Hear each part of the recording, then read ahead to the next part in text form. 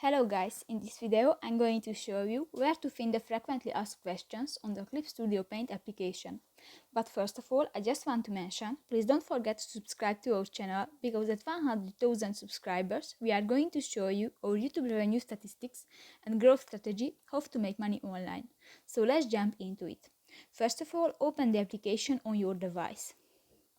Tap to the Clip Studio Paint application icon on the top left side on the screen,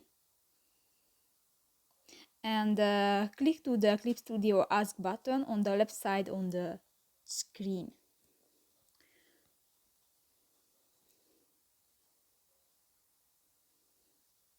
Here you can find so many questions and answers.